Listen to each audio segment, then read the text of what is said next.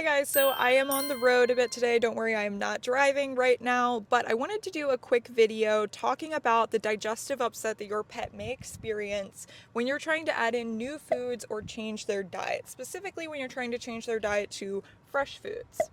So one of the things that I will typically hear from people is that they tried to change their pet's diet to a fresh food diet, or they tried to add in some fresh food toppers and their dog got some digestive upset, and so they thought that it was bad for them and they stopped.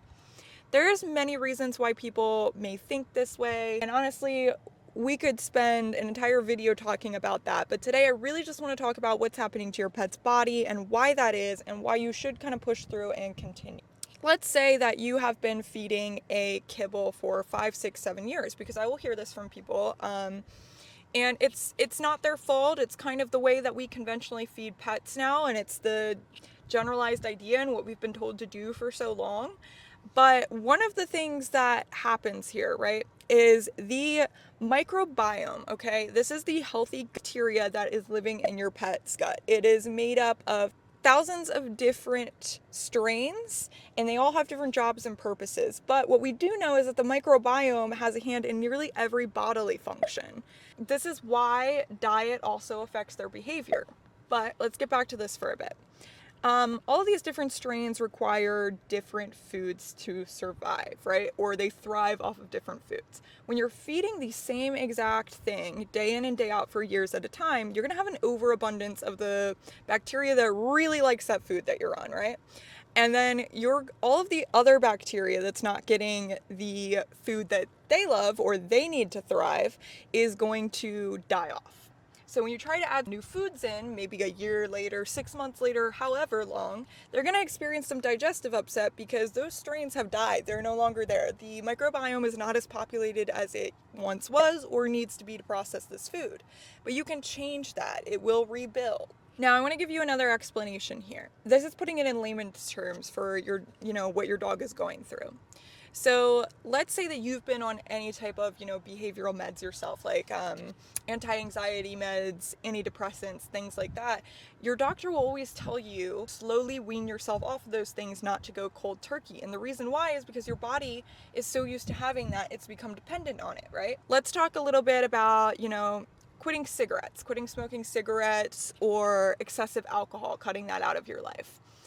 Those things are going to be difficult on the body at first, right? It doesn't mean that those things are good for your body. It just means your body has become dependent on them. So of course you're going to experience a little bit of upset, a little bit of discomfort when you try to cut them out. That doesn't mean that cigarettes are good for you and you should continue. It just means that you need to give your body a little bit of grace and time to adjust. And this is the same thing for your dogs and cats' diets, okay? They just need a little bit more time to adjust. Maybe their digestive system needs a little bit of help. Those foods, adding whole fresh foods to your pet's diet is going to be amazing for their health long term. We've just got to help replenish that microbiome and get their digestive health back on track. Now, I'm definitely not saying here that there aren't foods that may not agree with your pet. Maybe your pet has an allergy or a sensitivity to a certain protein or ingredient or something. That can happen too.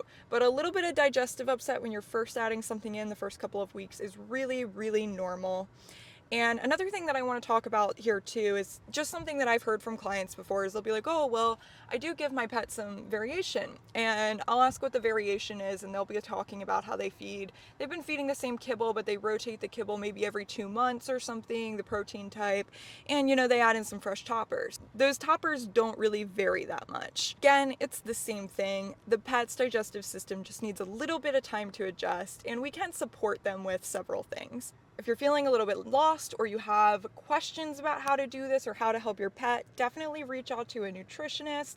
They can really help you. I do offer nutrition consultations if this is something that you're looking to do. This way you have the support. We know how to work your pet through these things.